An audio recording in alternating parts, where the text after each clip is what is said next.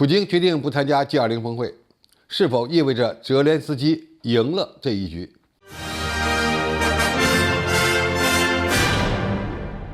观众朋友，大家好，我是付天少。在俄乌冲突持续的背景下，已经召开的 G20 峰会被认为是俄罗斯与西方缓和关系的重要契机。由于被称为地球酋长的泽连斯基将通过视频的方式参会，而且呢，此前他还给印尼提出了一个先决条件：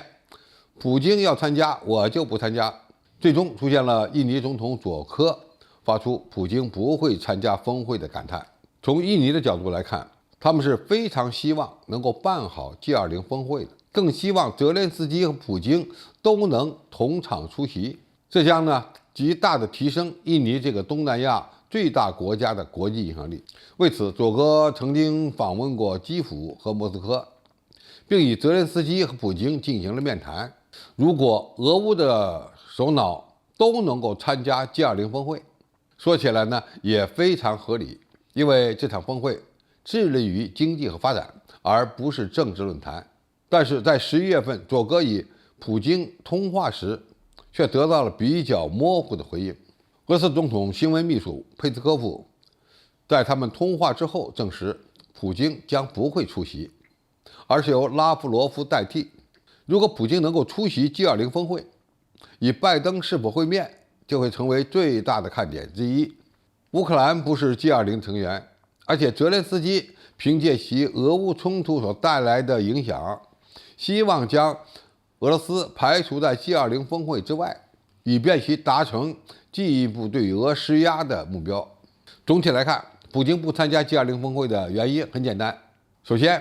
泽连斯基受邀事件本身对俄罗斯就是一个羞辱，因为乌克兰并非 G20 的成员国。尽管泽连斯基仅仅参加视频发言，但对俄罗斯的影响也是不利的。虽然普京亲自参会有可能创造一个记录，那就是以泽连斯基、拜登和其他北约领导人在俄乌冲突爆发之后进行的第一次会面。不管这次会面是面对面的交谈，还是通过视频方式的谈判。不过根据预测，拜登和泽连斯基都不会直接与普京交谈，或者是通过视频进行会谈，这就非常尴尬了。第二，不管俄罗斯愿意不愿意， G20 峰会都有可能成为对俄罗斯外交施压的平台。G20 峰会的主题是经济与合作，但是俄乌冲突已经变成影响全球经济复苏的一个重要因素了。西方国家要求俄罗斯停止军事行动的呼声非常大，而且无论是美国和欧盟都不承认俄罗斯并入乌克兰4个州，所以普京去参加会议不大可能获得其他国家的支持，反而会让其遭受更大的外交压力。因此，普京完全没有必要参加这场峰会。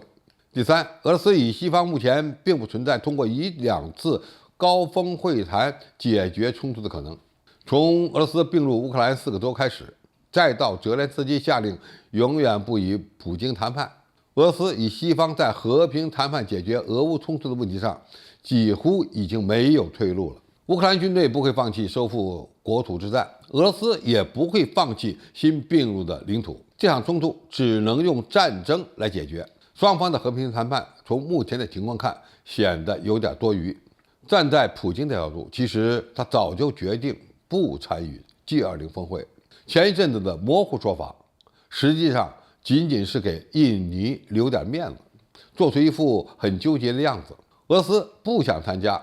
但是又要向世界表达一种我很想参加 G20 的形象，最终会因为泽连斯基被邀请参会，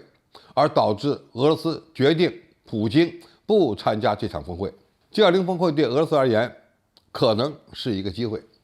但也可能不是一件好事儿。俄乌冲突不停止，俄罗斯所面临的外交压力也会越来越大，而这种局面是普京不希望看到的。好在我们从普京给印尼的回复来看，俄罗斯对此呢已经有了应对之策。